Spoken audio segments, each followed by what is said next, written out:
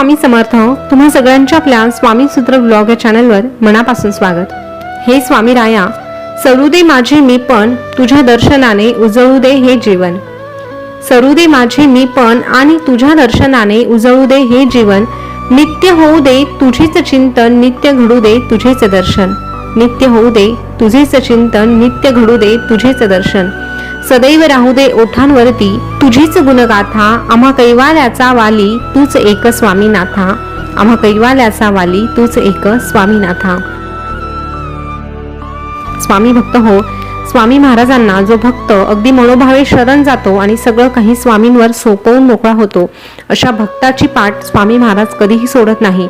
अशा भक्ताच्या पाठीशी स्वामी महाराज खंबीरपणे उभे राहतात आणि त्याचा हातात हात घेऊन सांगतात की भिवू नकोस, मी तुझ्या पाठीशी आहे. आणि ह्या वाक्याची प्रचिती आज लाखो करोडो भाविक घेत आहे. तुम्हालाही जर या वाक्याची प्रचिती आली असेल किंवा तुम्हालाही सतत जाणवत असेल की स्वामी महाराज तुमच्या आजूबाजूला असतात, तुमच्या अवतीभोवती फिरत असतात, तर नक्कीच कमेंटमध्ये श्री स्वामी समर्थ आवर्जून लिहा आणि याचा स्वामी संदेश शेवटपर्यंत नक्कीच ऐका. कारण प्रत्येक स्वामी संदेश हा मोलाचाच असतो.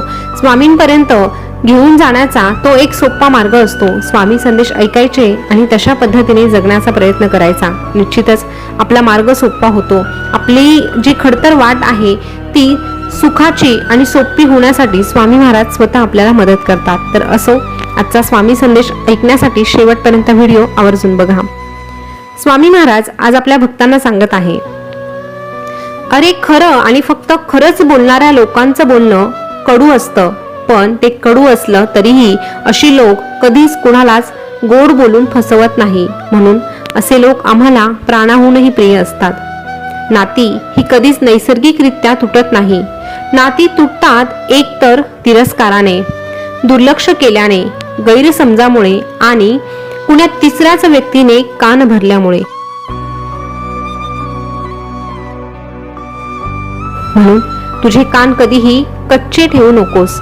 आणि म्हणतात ना, ऐकावे जनाचे करावे मनाचे, हा विचार सदैव अंमलात आण.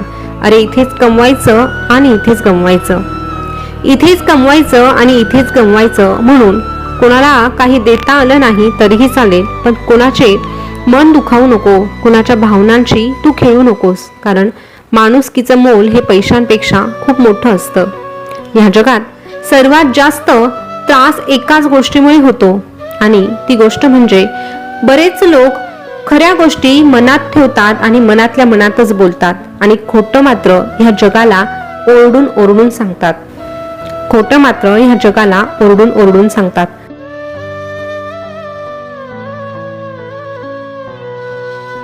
खरं तर खरं बोलणारी व्यक्ती क्वचित सापडते, पण तरीही खरं बोलणारी व्यक्ती कुठेच फार काळ टिकतच नाही. ना नातेवाईकांमध्ये, ना कुटुंबात, ना कामाच्या ठिकाणी, ना समाजात.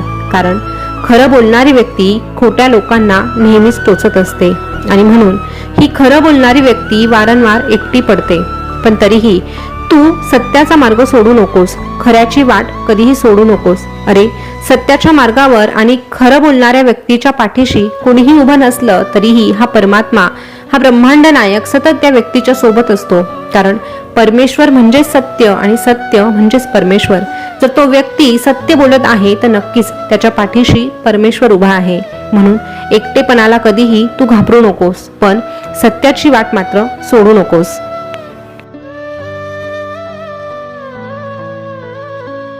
तुझं हे जीवन खूप सुंदर आहे.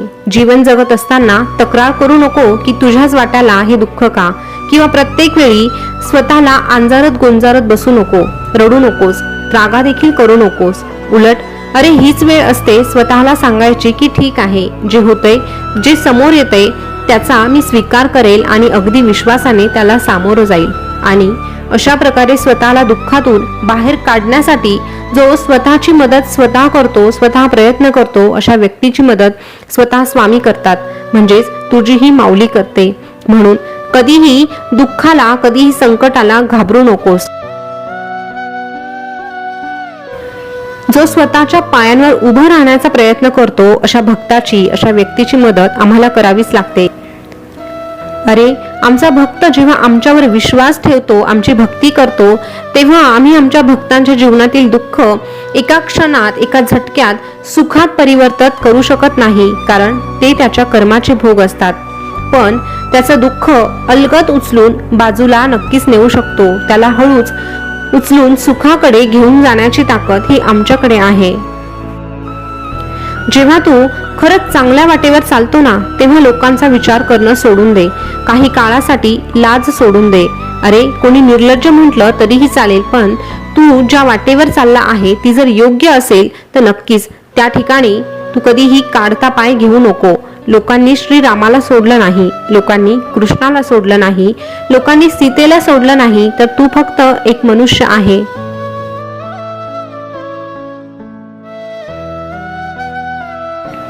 म्हणून लोक जे बोलत आहे ते ऐक आणि एका कानाने ऐकून दुसऱ्या कानाने सोडून द्यायला शिक. वेळ प्रत्येक गोष्टीचं उत्तर देतच असते. खेचवणारे, पाय ओढणारे लाख भेटतात, पण साथ देणारा एखादाच भेटतो. आणि अशी व्यक्ती जर तुला भेटली असेल तर त्या व्यक्तीला जपायला शिक. अरे, तुझ्याजवळ कोणीही नसलं तरीही तक्रार करू नको, कारण ही स्वामी माऊली सदैव तुझ्यासाठी खंबीरपणे उभी आहे. तुझ्या स्वामींना फक्त एक हाक मारून तर पहा, ही स्वामी माऊली तुझ्यासाठी नक्कीच धावून येईल.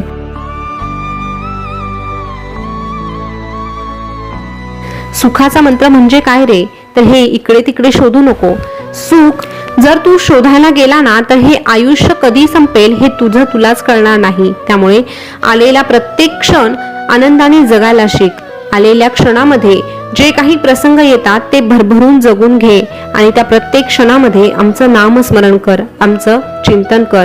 कारण जो आत्ताच्या क्षणाला आनंदाने जगतो त्याचं भविष्य हे आनंदातच जातं, परंतु जो सतत भविष्याकडे सुखासाठी डोळे लावून बघतो त्याच्या जवळून सुख निघून जातं, पण तरीही त्याची त्याला कल्पनाही नसते. म्हणून आलेली वेळ, आलेला क्षण हा जपून ठेवता येणार नसला तरीही तो जगता मात्र नक्कीच येईल. म्हणून भरभरून जगून घे.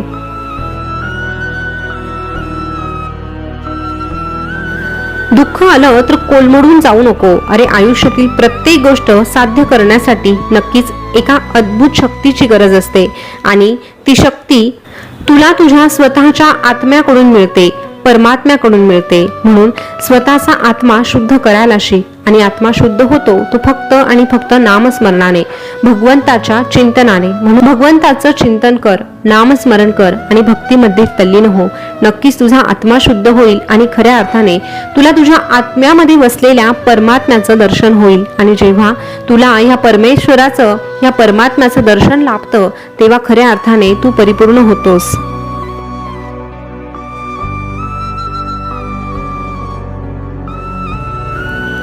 अरे, संकट आणि अडचणी ह्या कर्मांनुसार मिळतात. जो देवाची भक्ती करतो त्यालाही ते मिळतं आणि जो नाही करत त्यालाही त्या कर्माची फळं भोगावीच लागतात.